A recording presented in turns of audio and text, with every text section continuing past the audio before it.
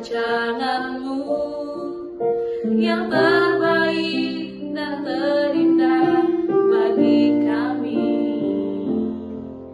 Kau memberkati kehidupan kami, melimpah dengan kasih dan anugerah.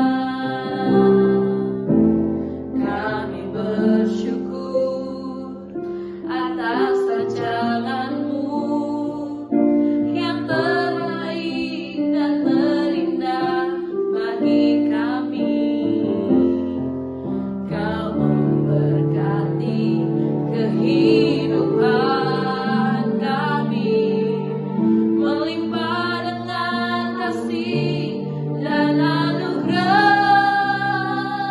Kami dan seisi rumah kami bersehati untuk terus memuji menyembahmu Yesus Tuhan hingga akhir, bahkan sampai keturunan kami.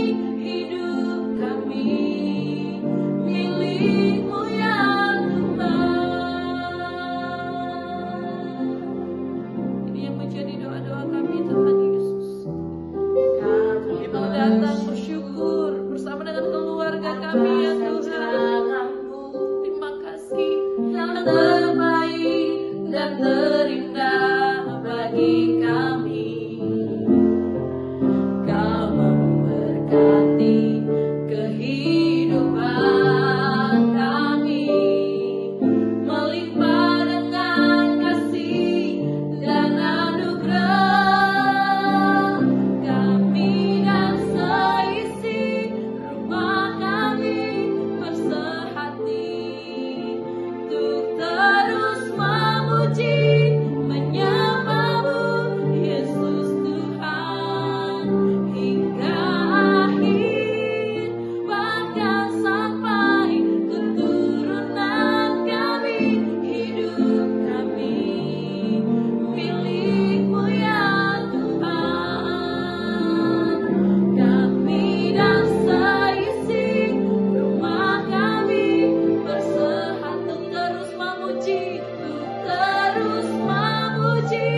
menyembahmu Yesus Tuhan hingga akhir, bahkan sampai keturunan kami. Hidup kami milik-Mu ya Tuhan. Hidup kami milik-Mu ya Tuhan. Hidup kami milik-Mu ya Tuhan.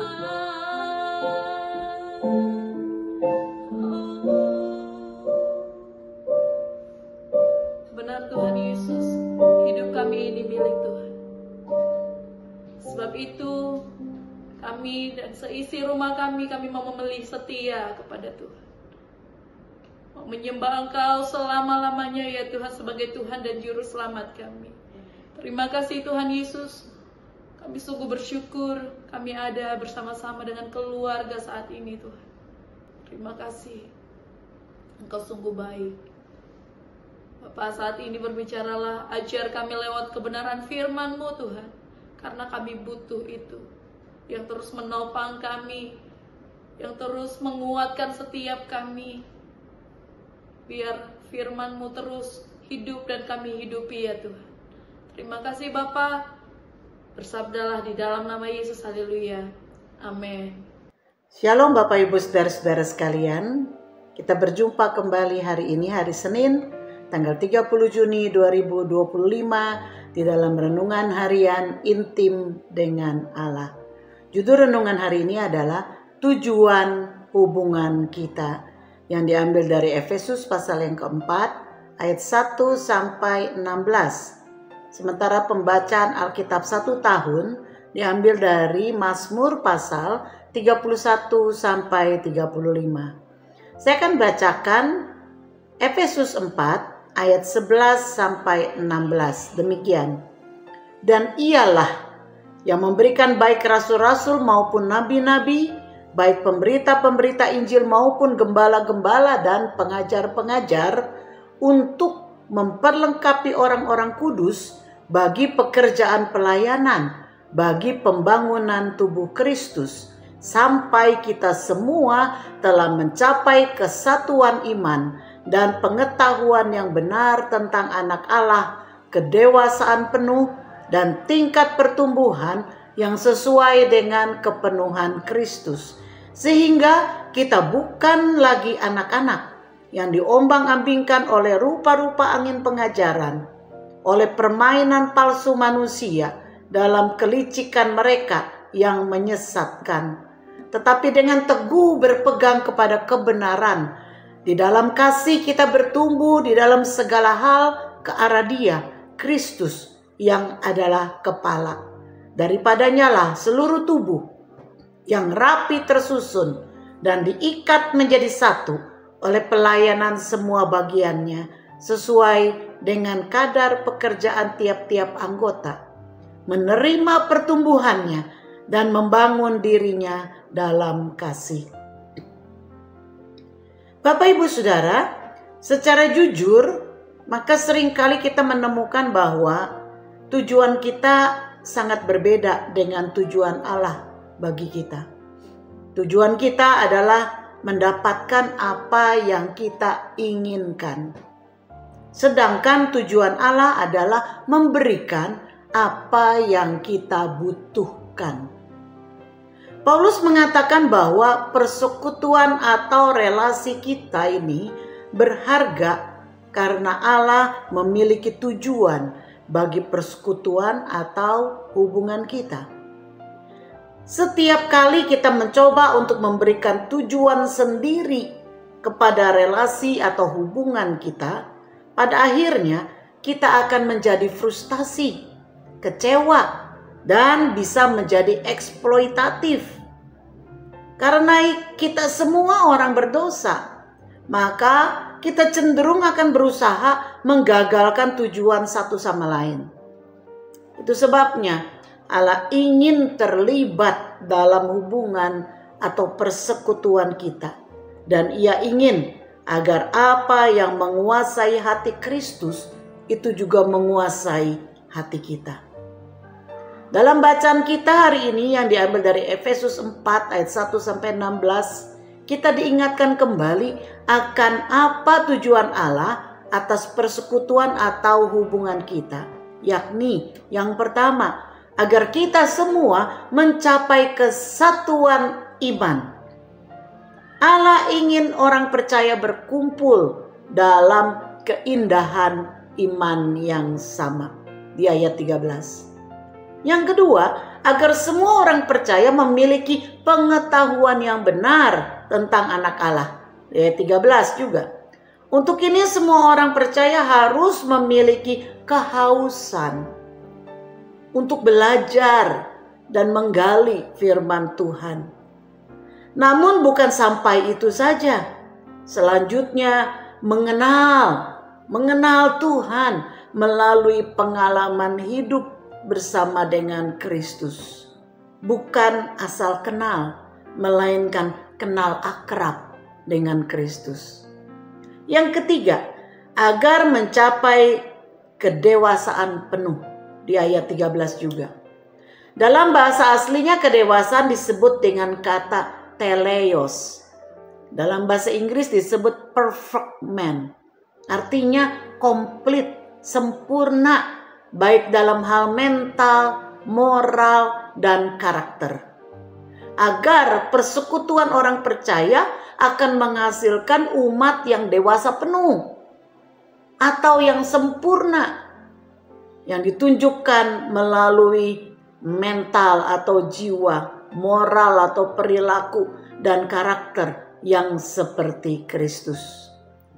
Ketidakrukunan bisa menjadi alat yang dipakai Tuhan untuk membentuk karakter kita, membentuk moral kita, dan membentuk mental kita.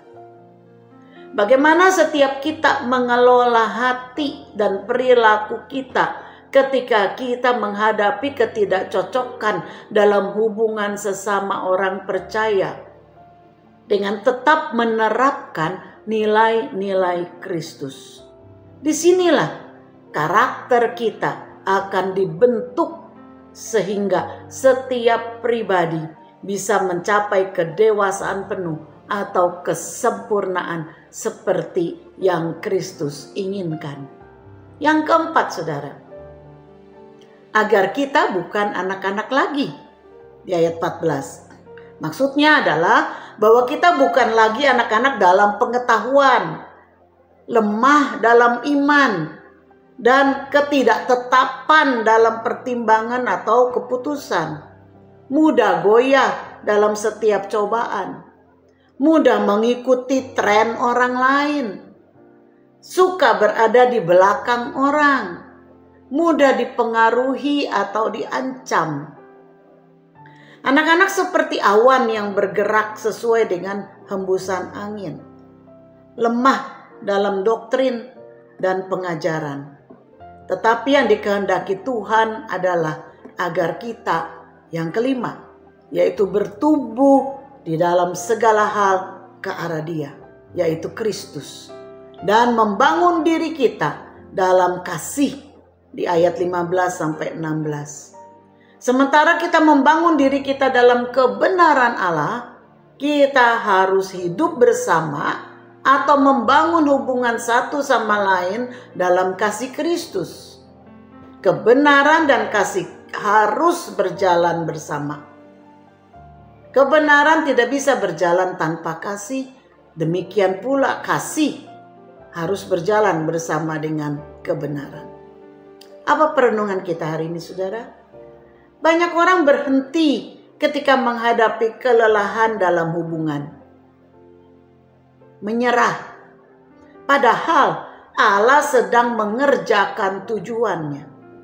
Contohnya, saudara, kalau kita berolahraga setelah kelelahan, ternyata itu adalah waktu yang paling efektif dan produktif untuk kesehatan fisik kita. Jika kita berhenti begitu merasa lelah, maka kita kehilangan kesempatan untuk menjadi lebih bugar. Nah, ini juga berlaku dalam hubungan. Allah telah merancang hubungan kita untuk berfungsi sebagai diagnosis dan obat. Ketika frustasi, jangan menyerah. Karena Allah sedang bekerja untuk memperbaiki mental, memperbaiki moral, dan memperbaiki karakter kita. Agar kita menjadi dewasa penuh atau sempurna, perfect man, seperti Kristus. Amin. Mari kita berdoa. Terima kasih Tuhan, Engkau begitu peduli. Bahkan Tuhan mau ikut serta campur tangan di dalam persekutuan atau hubungan atau relasi kami satu dengan yang lain. Karena Tuhan punya rencana melalui hubungan atau relasi kami. Karena melalui hubungan atau relasi kami, Tuhan ingin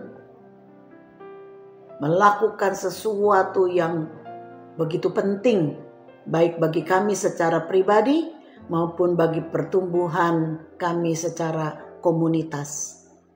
Engkau ingin membentuk kami melalui pasang surut, konflik, damai di dalam hubungan. Walau kadang kami merasa lelah, kami merasa sepertinya putus asa di dalam hubungan. Tetapi justru di saat itulah Engkau sedang melatih kami untuk kami bergantung penuh kepada Tuhan. Melatih kami untuk kami memiliki mental yang kuat, untuk memiliki moral yang baik, dan untuk memiliki karakter seperti Kristus. Terima kasih ya Bapa. Silakan kau kerjakan seturut kehendak-Mu. Dan buat kami untuk selalu bersandar kepada Tuhan. Terima kasih ya Bapa. Di dalam nama Yesus kami mengucap syukur dan berdoa. Haleluya. Amin. Kiranya Tuhan memberkati kita semua. Shalom.